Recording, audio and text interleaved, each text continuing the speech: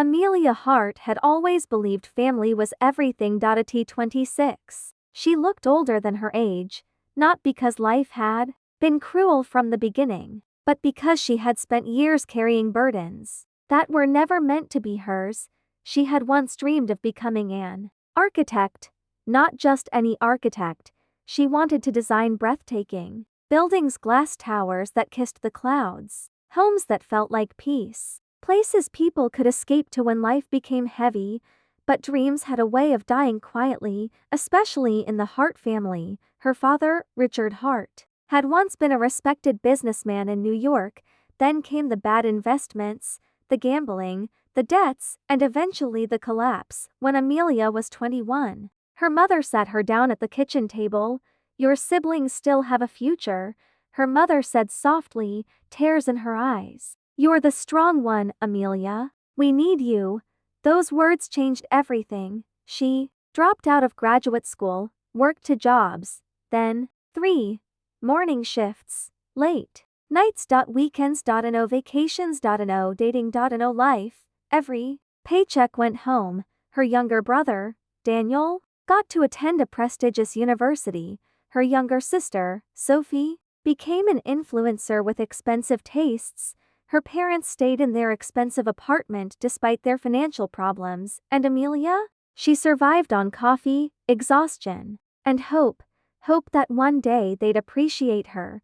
Hope that one day she could finally breathe. Hope that sacrifice meant something.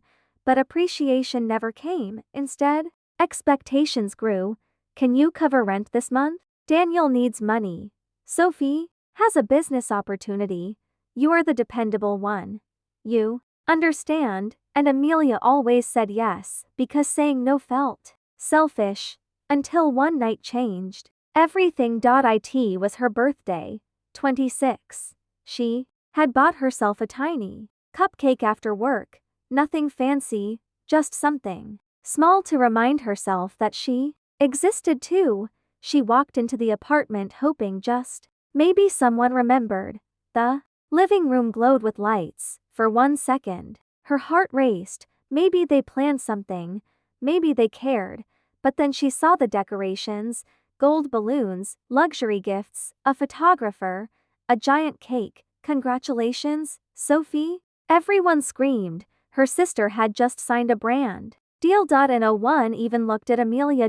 No one remembered it was her birthday, not even once. She quietly stood in the corner, holding her tiny cupcake, watching everyone celebrate someone she had financially supported for years. Then Sophie turned. "Oh good, Amelia," she said casually. "Can you transfer me $5,000? I need a designer bag for content tomorrow." Amelia froze. "I actually can't," she whispered. The room went silent. Her mother frowned. "What do you mean you can't?" Her father scoffed. "After everything we've done for you?" "Everything we've done for you." The sentence hit like ice. Amelia blinked. What had they done for her? Because from where she stood, she had given them everything. Her education, her dreams, her time, her entire 20s. But before she could speak, someone entered the room, and suddenly, everything felt brighter. Ethan Calloway. Her fiancé, tall, successful, charming. The man she thought would finally be her safe place, the one good thing in her life. He smiled, walked over, and kissed Sophie on the cheek. Amelia stared, confused. No, that had to mean nothing, right? Then Sophie laughed. "Oh Amelia," she said with a smirk. "Didn't Ethan tell you?" The room suddenly felt cold. Ethan avoided her eyes, and Amelia's heart began to sink, because something about the silence felt terrifying. The silence in the room felt unbearable. Amelia looked from Sophie to Ethan, then back again. Her fingers tightened around the tiny cupcake she had bought for herself. Suddenly, it felt ridiculous, pathetic even, because while she had spent the day hoping someone remembered her birthday, something much worse had been happening behind her back. Sophie crossed her arms. "You really didn't know?" she asked, pretending to sound surprised. Amelia swallowed hard. "Know what?" Ethan finally spoke. His voice was cold, careful, like he had rehearsed this. Amelia? We need to talk. The words shattered something inside her. No, not here, not in front of everyone, not tonight. Her mother sighed dramatically. Oh, honestly, Amelia, she muttered. Don't make this difficult. Difficult? Amelia's chest tightened. Her entire body suddenly felt heavy. Then Sophie smiled, the kind of smile that wasn't kind at all. Ethan and I have been seeing each other. Everything stopped. The room, the voices, the music, even breathing felt impossible. Amelia laughed softly, not because it was funny, because surely this had to be some horrible joke. What? Ethan looked away. It just happened. He said, just happened. 3 years. 3 years of love. 3 years of believing someone finally chose her, and somehow betrayal had simply happened. Sophie rolled her eyes. You were always working anyway, she said casually. Honestly? You were boring. The sentence hit harder than Amelia expected, because deep down, she had worried about that. That exhaustion had made her difficult to love. That sacrifice had made her invisible. Her father stepped forward. Ethan deserves someone ambitious, he said bluntly. Amelia stared. Ambitious? She had sacrificed her career to save this family, her education, her dreams, everything, and somehow she was the failure? Her mother shook her head. Maybe if you took care of yourself more instead of acting miserable all the time. The words felt like knives. Amelia looked around the room. Nobody defended her. Nobody looked uncomfortable. Nobody cared. It was as if this betrayal had been discussed, accepted, planned, like she was the last person invited to her own destruction. Then Ethan reached into his pocket and placed something on the table. The engagement ring. Her engagement ring. I think it's best if we move on, he said. Move on. Amelia felt something inside her crack. Not loudly, quietly. The kind of heartbreak that changes people forever. Then Sophie did something even crueler. She slipped her hand into Ethan's and raised it proudly. Oh, by the way, she said, we're engaged. The room erupted into applause for her heartbreak. Amelia couldn't breathe. She turned, walked out. Nobody followed. Nobody stopped her. Not even once. Outside, New York glowed around her. Luxury buildings, bright lights, happy strangers, and somehow she had never felt more alone. She sat on a bench in the freezing cold, still holding the crushed cupcake. Then her phone buzzed, a bank notification. Her account was nearly empty. Confused, Amelia opened her banking app. Her stomach dropped. Multiple transfers, huge withdrawals, thousands of dollars. Gone, unauthorized. Her hands shook. She called the bank, and what they told her made her blood run cold. Someone had been using her identity. Someone close, someone with access. Then another message arrived from Ethan. You should stop making trouble. Your family already agreed. Agreed? Agreed to what? Then another text. A document. Her heart nearly stopped. Loans. Debt. In her name. Hundreds of thousands of dollars. Signed, approved, destroyed. Suddenly, everything made sense. The pressure, the money, the strange documents her father once told her to sign, the excuses, the guilt. They had used her. Not just emotionally, financially, completely, and now that she had nothing left to give, they had thrown her away.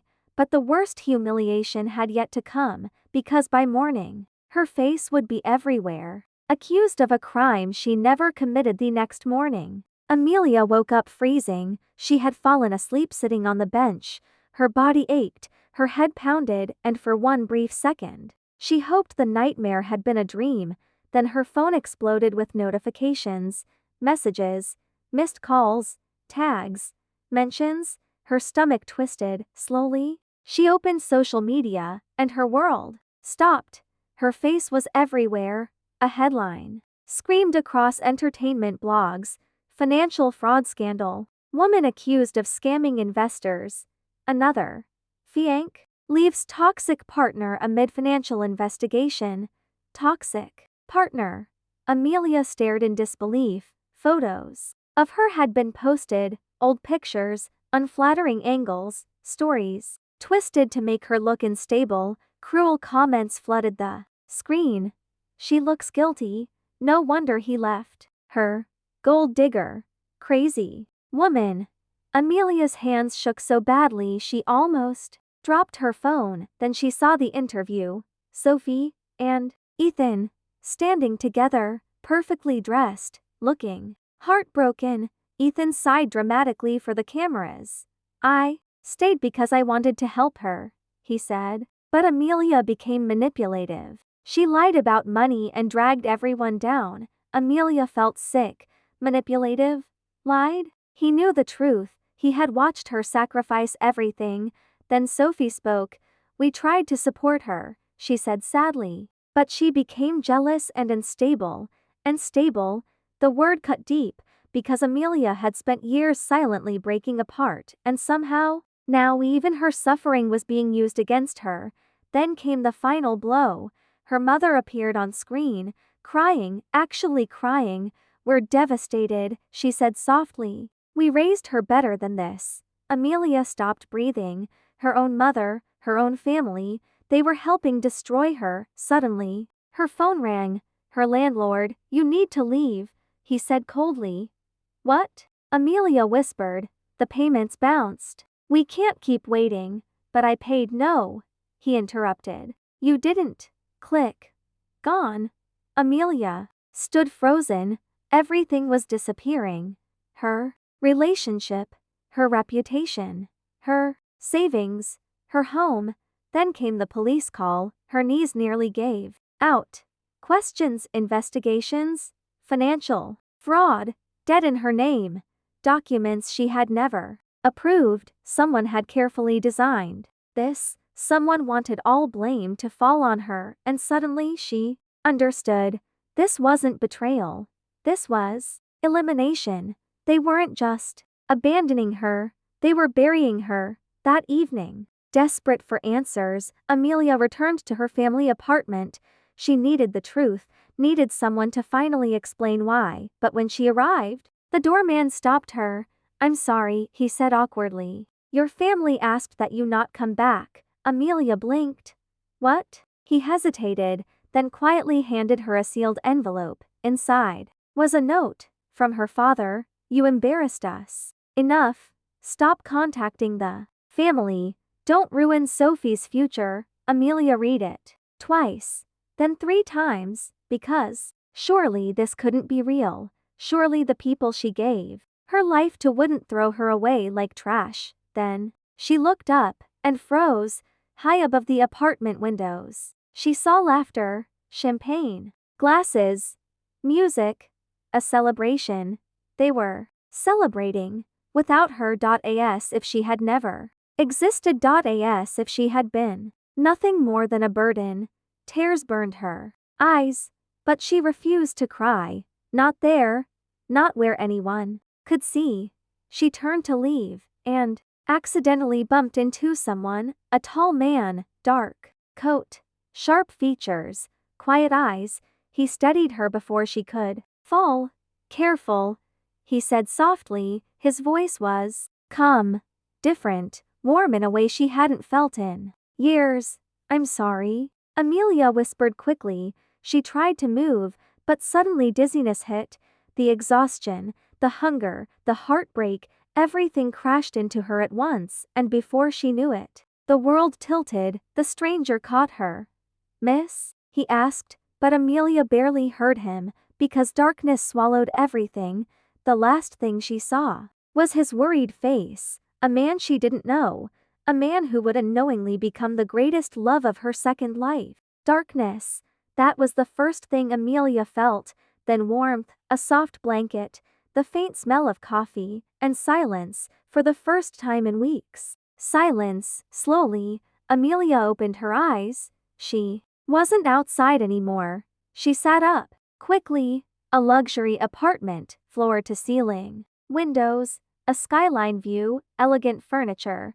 Minimal, expensive. Nothing about this place felt familiar. Panic immediately hit, then a voice came from nearby. "You're awake." The man from earlier stood in the kitchen, still dressed in dark clothes, calm, collected. He placed tea on the table. "You fainted," he said simply. Amelia immediately stood. "I should leave." But dizziness hit again. He gently steadied her. "You haven't eaten properly in days." She froze, embarrassed, ashamed.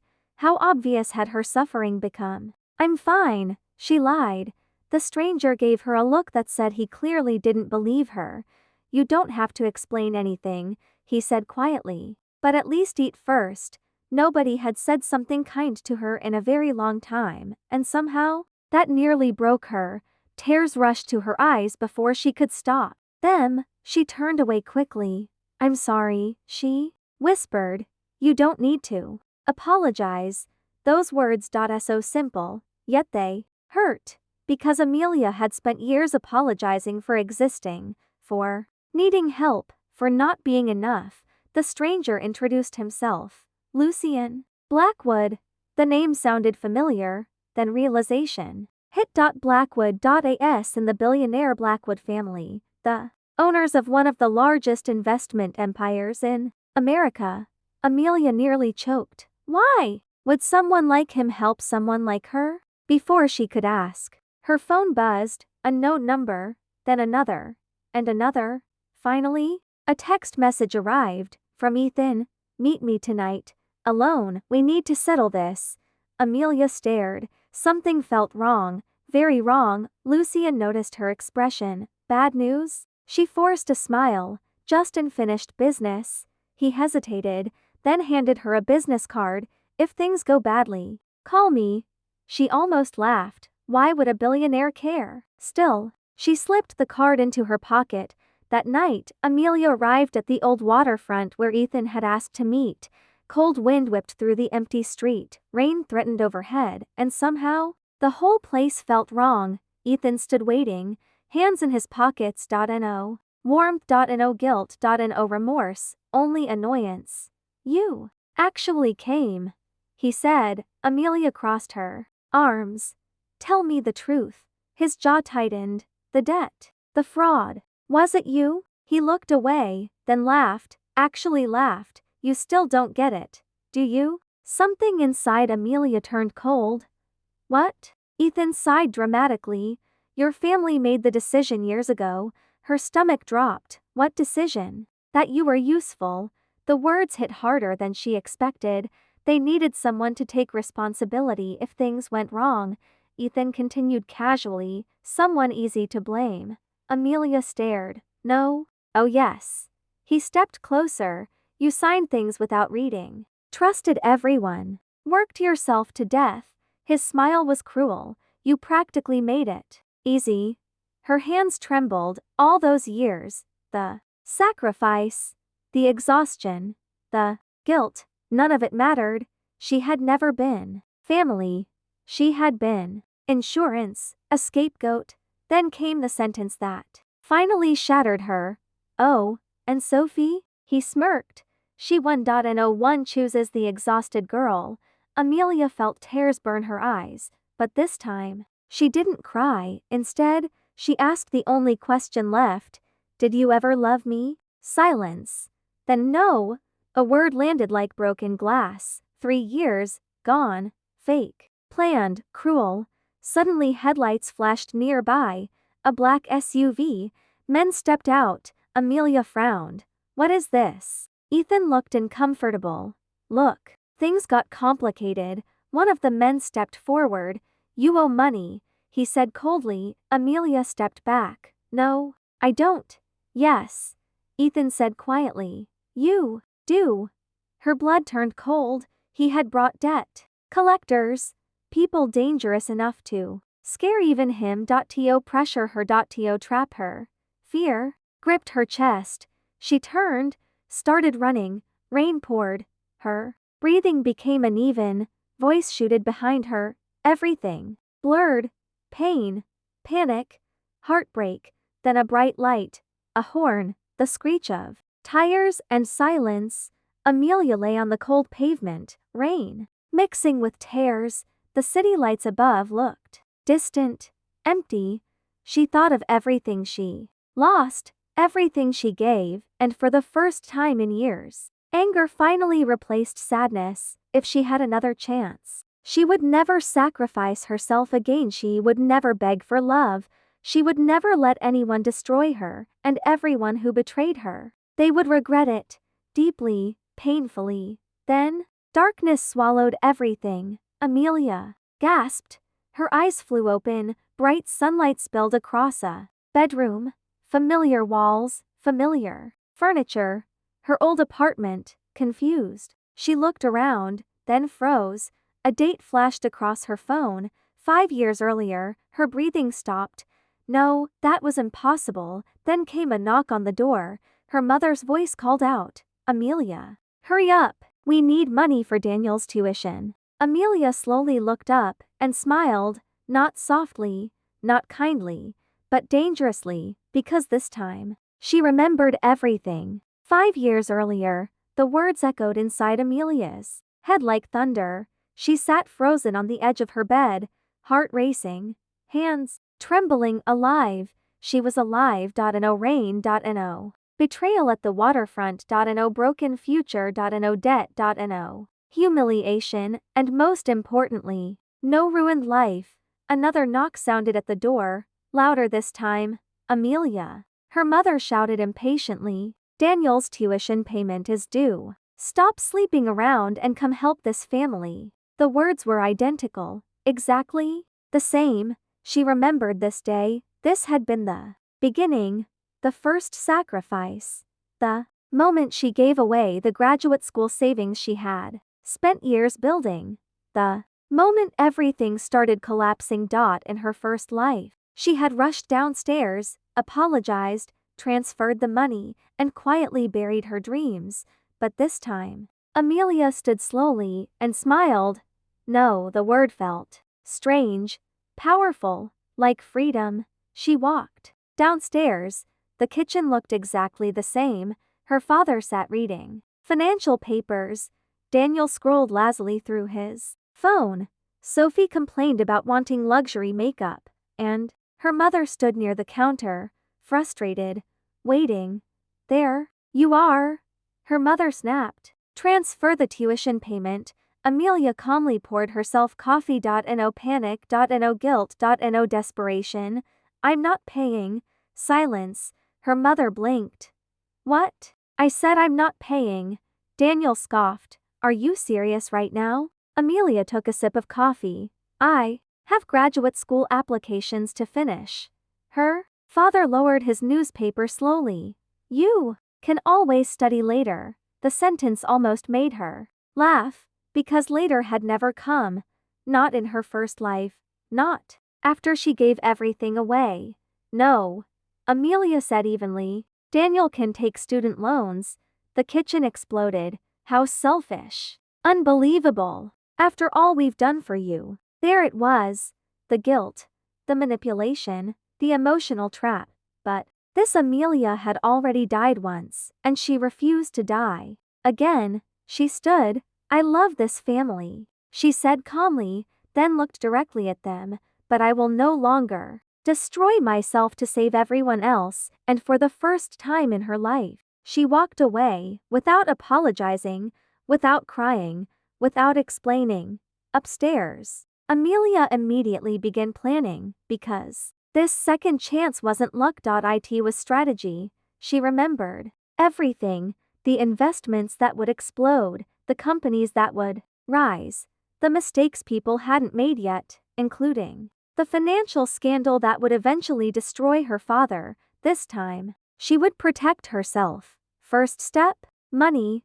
Amelia quietly moved all her savings into private accounts, changed passwords, locked every financial document, created legal protections, and most importantly, she stopped signing anything at all. When her father later approached her with paperwork, she smiled politely. I'll let my lawyer review it first. The color drained from his face. Lawyer? In her first life, she had trusted blindly.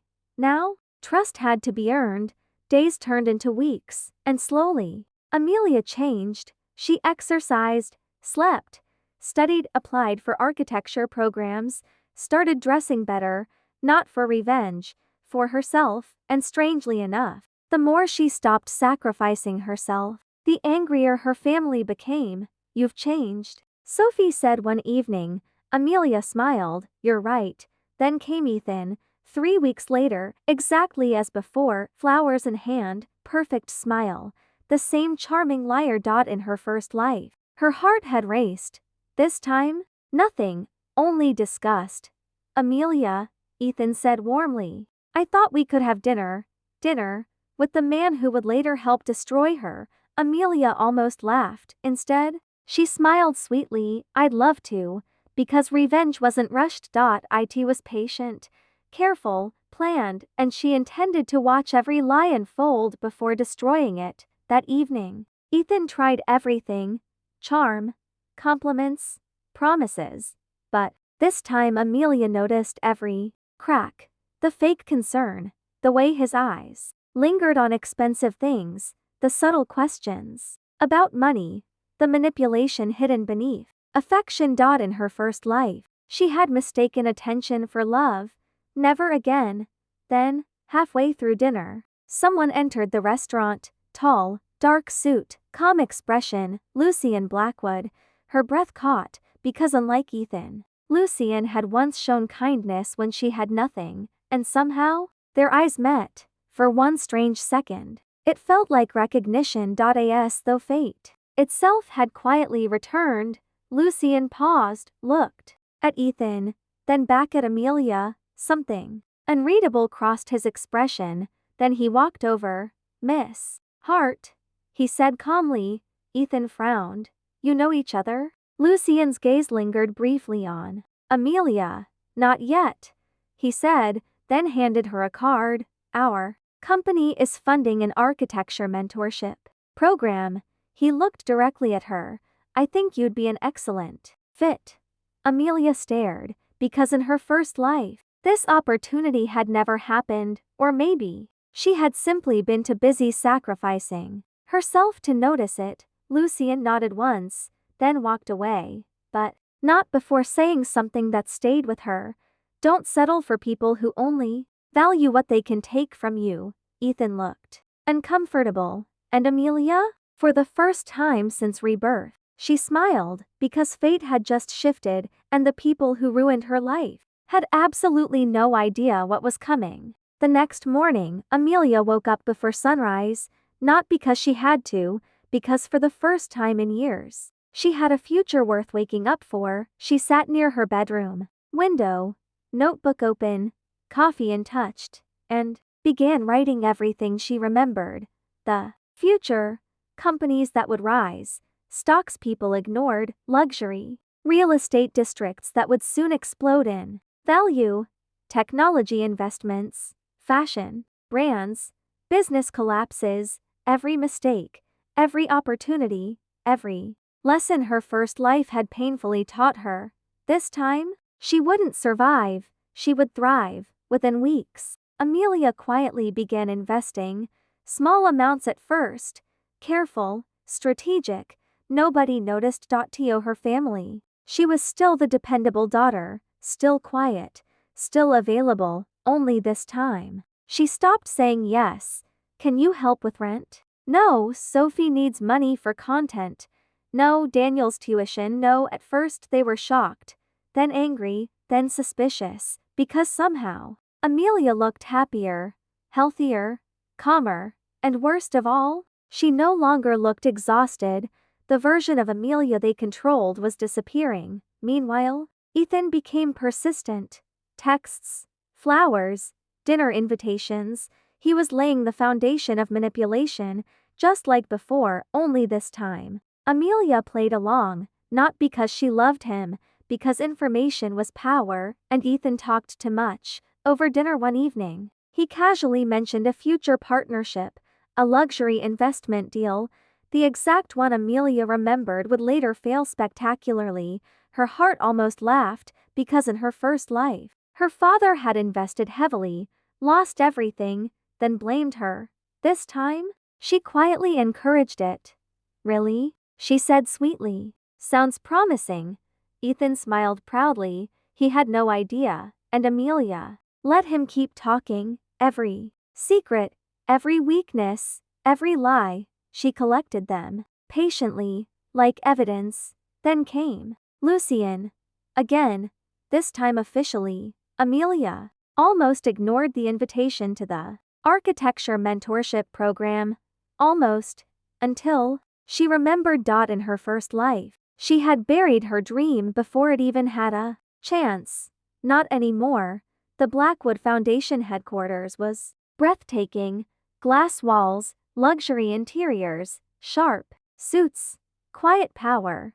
The kind of place success lived, and somehow, Amelia didn't feel intimidated. She felt hungry, determined. When she entered the conference room, dozens of applicants sat nervously, then the doors opened, and Lucian walked in. The room shifted instantly. Power had a strange energy, and Lucian carried it effortlessly. Tall, composed, unreadable. But when his eyes landed on Amelia, something softened briefly, almost impossible to notice. Almost. The presentation began. Applicants pitched ideas. Modern buildings, luxury concepts, predictable designs. Then came Amelia. She stood slowly, heart racing, but unlike before, fear no longer controlled her. She presented a concept inspired by healing spaces, designed for people rebuilding their lives, buildings that felt safe, warm, hopeful. The room fell silent. Lucian watched her carefully, too carefully. As though trying to understand something. After the meeting ended, an assistant approached. Mr. Blackwood would like to speak with you privately. Amelia froze. Inside Lucian's office, floor-to-ceiling windows overlooked Manhattan. Luxury, control, success. Lucian stood by the window, hands in pockets. You surprised me, he said. Amelia blinked. Is that good or bad? A faint smile crossed his face. Good. Silence settled between them. Comfortable. Strange. Then, Lucian said something unexpected. You look different than the first day I saw you. Amelia froze. The first day? The future? The night she fainted? Impossible. No, he couldn't remember. Could he? Before she could speak, he continued, less broken. The words caught her off guard, because somehow, he saw things nobody else ever noticed. Not what she could give, not what she sacrificed. Her, the real her, and for the first time in a long time, someone made Amelia feel visible. Lucian handed her a folder. You got the mentorship. Her breath caught. What? You earned it. Then he added quietly. And Amelia? She looked up. Stop shrinking yourself for people who don't deserve access to you. Her chest tightened, because somehow, without knowing anything, he understood. But while Amelia's future was finally beginning to brighten, elsewhere, trouble had already started. A tea dinner that night, Sophie slammed her phone onto the table. What do you mean Amelia got selected for the Blackwood program? Her father frowned. The Blackwoods? Daniel scoffed. She probably got lucky. Then Ethan spoke quietly. No smile this time. No confidence, only suspicion. She's changing. And suddenly, for the first time, they began realizing something terrifying. Amelia's heart was slipping out of their control, and they didn't like it, not one bit. The change started slowly, then all at once. At first, Amelia's family dismissed it. A new attitude, better clothes, confidence, a mysterious mentorship. Nothing serious. At least, that's what they told themselves. But then Amelia stopped being available. No emergency money. No fixing problems. No sacrificing sleep to rescue everyone. And suddenly, the family began struggling. Bills piled up. Daniel missed tuition deadlines. Sophie couldn't afford the luxury lifestyle she desperately wanted online, her father grew stressed, and worst of all, nobody knew how Amelia suddenly seemed so untouchable. Meanwhile, Amelia's world quietly transformed. The mentorship changed everything. For the first time in years, she was designing again, dreaming again, living again, and Lucien? Lucien somehow kept appearing. Coffee meetings, project reviews, unexpected advice, conversations that lasted longer than necessary. He never crossed boundaries, never pushed, never demanded, but he paid attention. The kind of attention that felt dangerous, not controlling, not manipulative, careful, intentional. One evening after a late design session, Lucien drove her home. Rain tapped softly against the windows, the city lights blurred around them. "You work too hard," he said casually. Amelia laughed softly. "You sound like my future therapist." Lucien's lips twitched. "You joke when you're uncomfortable." She blinked. "How do you know that?" He shrugged. "I pay attention." The sentence sat quietly between them, warm, unexpected, different. Then Lucien glanced at her. "Can I ask something?" "Depends. Who hurt you?" Her breath caught, because somehow, he always noticed the things she tried to hide. The exhaustion, the sadness, the careful way she protected herself. Amelia looked out the window. "People I trusted." Lucien nodded slowly. As though he understood more than she said, then quietly, "Don't go back to people who only love your sacrifice." Her chest tightened. Nobody had ever protected her before, not like this, and that scared her, because caring meant vulnerability, and vulnerability had once ruined her. But elsewhere, jealousy had already begun spreading. Sophie noticed Ethan acting strangely, distracted, curious, watching Amelia. First, she ignored it, until one dinner changed everything. Amelia arrived late, elegant black dress, minimal makeup, quiet confidence, and for the first time in her life, she looked expensive, successful, unreachable. Everyone noticed, especially Ethan. He stared too long, too openly. Sophie noticed immediately. "What?" she snapped. "Nothing," Ethan said quickly, but something had shifted, because the woman he once overlooked was suddenly becoming impossible to ignore. Then Amelia casually mentioned the Blackwood Foundation gala. Her father nearly dropped his fork. "The Blackwoods invited you?" She nodded. Sophie forced a laugh. "You probably won't fit in there." Amelia smiled calmly. "I think I'll manage." That smile, that confidence. It unsettled everyone. Then came Amelia's first revenge move. Quiet, simple, deadly. She remembered the investment Ethan had bragged about. The one her father planned to pour money into. The same investment that would soon collapse. In her first life, Amelia had warned them. Nobody listened, then blamed her when everything failed. This time, she stayed silent. Actually, she encouraged it. "Sounds smart," she told her father casually. "You should definitely invest."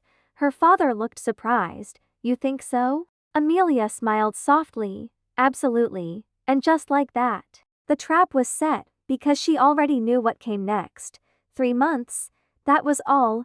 3 months before the company collapsed, and when it did, the Hart family would lose almost everything. Only this time, they couldn't blame Amelia, because she would already be gone. Then came the gala. The night everything shifted. Luxury chandeliers, designer gowns, powerful people, money, influence, a world Amelia once believed she didn't belong in. But tonight, she belonged. Lucien met her at the entrance. Black suit, calm expression, but when he saw her, he paused. Actually paused. "You look beautiful," he said quietly. No hidden motive. No manipulation, just honesty, and strangely enough, that meant more than grand gestures ever could. Then something unexpected happened. Ethan appeared, invited through business contacts. His eyes landed on Amelia, and for the first time, regret crossed his face. real regret, because standing beside Lucian Blackwood, Amelia looked like someone he had completely underestimated, someone slipping beyond his reach, and suddenly, he wanted her attention again. Unfortunately for Ethan, he was already far too late, because Lucian gently placed a hand near Amelia's back, protective, quiet, and Ethan noticed every single detail. Jealousy flickered across his face. Meanwhile, Amelia? She simply smiled, because for the first time in both lives, things were finally turning in her favor, and the people who once broke her had only just begun losing. After the gala, something changed, not in Amelia. In everyone else, especially Ethan, because for the first time since meeting her, he realized something uncomfortable. Amelia no longer needed him, and somehow, that bothered him more than he wanted to admit. The old Amelia would answer texts immediately, prioritize him, apologize, try harder, but this Amelia? She barely responded, sometimes hours later, sometimes not at all, and strangely enough, the less attention she gave him, the more obsessed he became. One evening, Ethan sent flowers to Amelia's office, expensive ones, a handwritten note attached. "Thinking of you, dinner soon?" Amelia stared at the card, then calmly handed the flowers to reception. "You can donate these." No anger. No emotion, nothing, because indifference? That was the cruelest response of all. Meanwhile, Sophie had started noticing the stares, the hesitation, the way Ethan suddenly asked about Amelia. What's she been doing lately? Who was that man at the gala? Why is she suddenly around the Blackwoods? At first, Sophie ignored it, until she caught him scrolling through Amelia's social media, again and again and again. That was when jealousy turned ugly. "She thinks she's better than us now," Sophie snapped during dinner. Their father sighed. "She'll come around eventually." But Amelia didn't come around, because she had stopped orbiting people who drained her, and quietly, her life kept improving. The mentorship turned into paid consulting work. Her investments began growing. The real estate property she bought quietly doubled in value. Opportunities kept appearing. For the first time, Amelia wasn't surviving, she was building. And Lucian? Lucian became impossible to ignore. Late-night project meetings turned into dinners, dinners turned into conversations, conversations turned into comfort. One evening after work, they stood overlooking the city skyline. The lights glittered below. Beautiful, endless. Lucian glanced sideways at her. "You know what's strange?" "What?" "You always look like you're preparing for battle." Amelia laughed softly. "Maybe I am." His expression turned serious. "You don't always have to fight alone." The words caught her off guard, because nobody had ever offered partnership before. Only pressure, only expectations.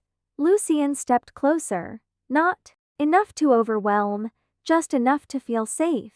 "You deserve people who choose you," he said, quietly, "not people who use you." Her chest tightened, because somehow, he always said the exact thing she needed, and for one dangerous second, Amelia forgot to guard her heart. Then disaster finally struck the heart. Family. Exactly as Amelia remembered, the investment collapsed. Hard, brutally. Headlines exploded. Billions lost. Executives investigated. Panic spread. At dinner, chaos erupted. Her father slammed papers onto the table. "This doesn't make sense." Daniel looked terrified. "We lost everything?" Sophie's face turned pale. "My sponsorship money was tied into that." Everything spiraled. Savings gone. Debt rising. Pressure building, and for the first time, nobody knew who to blame, because Amelia had stayed completely uninvolved. No signatures. No financial access. Nothing connected to her. Still, her father turned toward her desperately. "Amelia," he said carefully, "can you help?" The room fell silent. Old Amelia would have said yes instantly, without thinking, without boundaries. But this Amelia? She simply folded her hands, calm, composed, and smiled politely. "I'm sure you'll figure it out." The silence after that? Beautiful. Her mother looked horrified. You can't just abandon family. Amelia's expression didn't change. Funny, because abandonment sounded very familiar. I'm focusing on my future, she said quietly, then stood. Oh, and I got accepted into a major architecture development project. Sophie's face twisted. Their father looked stunned, and Ethan, who had arrived mid-argument, simply stared, because standing in front of him was no longer the woman he once dismissed. She was successful, desired, and slipping farther away every day. That night, Ethan texted her, "I think we should talk. I made mistakes." Amelia looked at the message, then laughed, quietly, coldly, because finally, the regret had begun and she hadn't even started the real revenge yet. The apology came exactly when Amelia expected, too late, and completely self-serving. 3 days after the investment collapse, Ethan showed up outside Amelia's office. Flowers, expensive watch, perfect smile, the same performance, only this time, Amelia saw through every layer. "I made mistakes," Ethan said quietly, "but I still care about you." Care? Funny word, because in her first life, care had looked a lot like betrayal. Amelia tilted her head. "Do you miss me?" she asked softly. Hope flickered across his face. "Yes." She smiled. "No," she said calmly. "You miss access." His expression changed instantly, because deep down, he knew she was right. Back then, Amelia had been easy, giving, reliable, always available. Now, she had opportunities, status, confidence, connections, and Ethan hated that he had underestimated her. Before he could speak again, a black car pulled up. Lucien stepped out, sharp suit, unreadable expression, but when he saw Ethan, something cold entered his eyes. "Everything all right?" Lucien asked Amelia. Simple question, protective tone. Ethan immediately straightened. "We're talking." Lucien glanced at Amelia. "Are you?" She almost smiled. "No, we're done." Lucien opened the passenger door for her, and just like that, Ethan stood there watching the woman he once dismissed drive away with a billionaire who clearly respected her. The regret deepened, hard. Meanwhile, Sophie had officially declared war. Jealousy had turned into obsession, because somehow Amelia was getting everything. Success, attention, opportunity, and worst of all, the admiration Sophie believed belonged to her. So she did what she always did. She plotted. A week later, Sophie posted a subtle video online. Nothing obvious, just carefully chosen comments, hints, implications, suggesting Amelia had manipulated powerful men for success. The internet did what it always did. Rumors spread, questions exploded, whispers started. In her first life, Amelia would have panicked, cried, begged people to believe her. Not anymore, because this time, she came prepared. At the Blackwood Foundation charity conference, journalists gathered, cameras flashed, executives mingled, and Sophie showed up unexpectedly. Perfect makeup, fake smile, ready to humiliate Amelia publicly. She approached dramatically. "Family means everything to me," Sophie said loudly for nearby guests to hear. "Even difficult family." Amelia almost laughed, then Sophie lowered her voice. "You think you're better than us now?" Amelia smiled calmly. "No," she said softly, "I just stopped accepting less. That should have been enough." But Sophie pushed harder. "You used us to get attention." That sentence? That was the mistake, because Amelia had waited patiently, collected proof, prepared quietly. She reached into her bag and handed Sophie an envelope. Sophie frowned. "What's this?" "Evidence." The color drained from Sophie's face. Bank transfers, records, messages, proof showing years of financial dependence, evidence of money Amelia had given, support, sacrifice, and hidden among them, documents connecting Sophie and their father to shady financial decisions. Nothing illegal yet, but enough to scare them. Amelia leaned closer, quiet, calm. "You should stop talking about me publicly," she said, softly, "because unlike before, I kept receipts. Sophie went pale, and for the first time, fear replaced arrogance. Lucien, watching from nearby, noticed everything. Later that evening, he found Amelia standing alone outside. You handled that well, he said. She laughed softly. Therapy, growth, rebirth.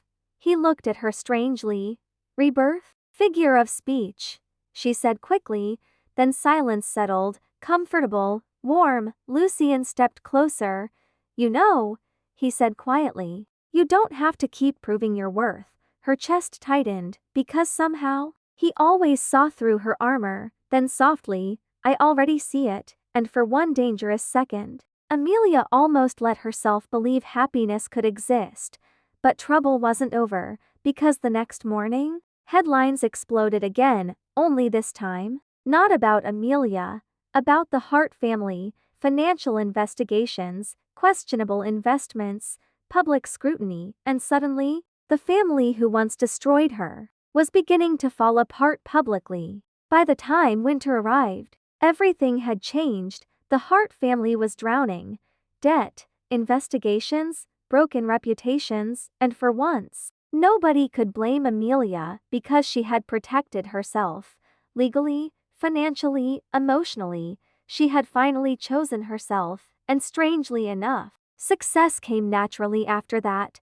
Her architecture work gained attention, major contracts followed, luxury developers wanted her ideas, articles praised her designs, people respected her, not because she sacrificed, because she was talented.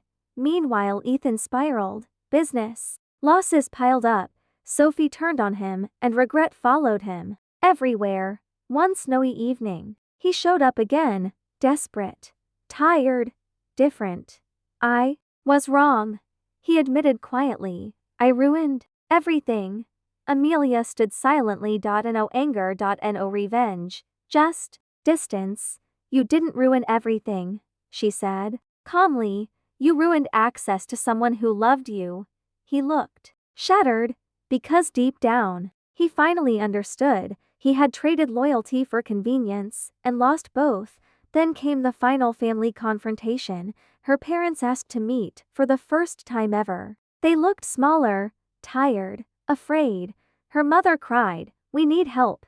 Funny, because in another life, so had Amelia. Her father lowered his head. We were wrong. The words felt overdue. But still, something in Amelia softened. Not enough to forget, not enough to return, but enough to stop carrying anger. I forgive you, she said quietly. Their faces brightened. Then she added, but forgiveness doesn't mean access. And just like that, the cycle ended. No screaming. No revenge speech.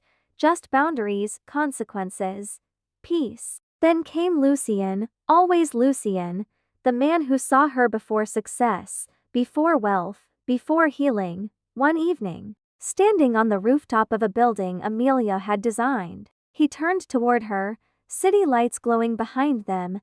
You know what I admire most about you? She smiled. What? You survived people who tried to convince you that surviving was all you deserved. Her chest tightened, then quietly, you deserve joy too. And finally, no fear. No hesitation. No running. Lucien reached for her hand, slowly, carefully, giving her space to say no.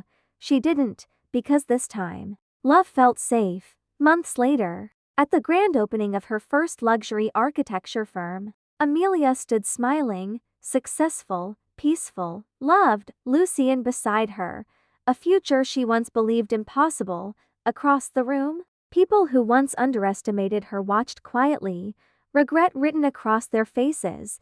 But Amelia no longer cared, because the greatest revenge was never destruction. It was becoming someone nobody could break again. And finally, Amelia Hart was living the life she should have had all along.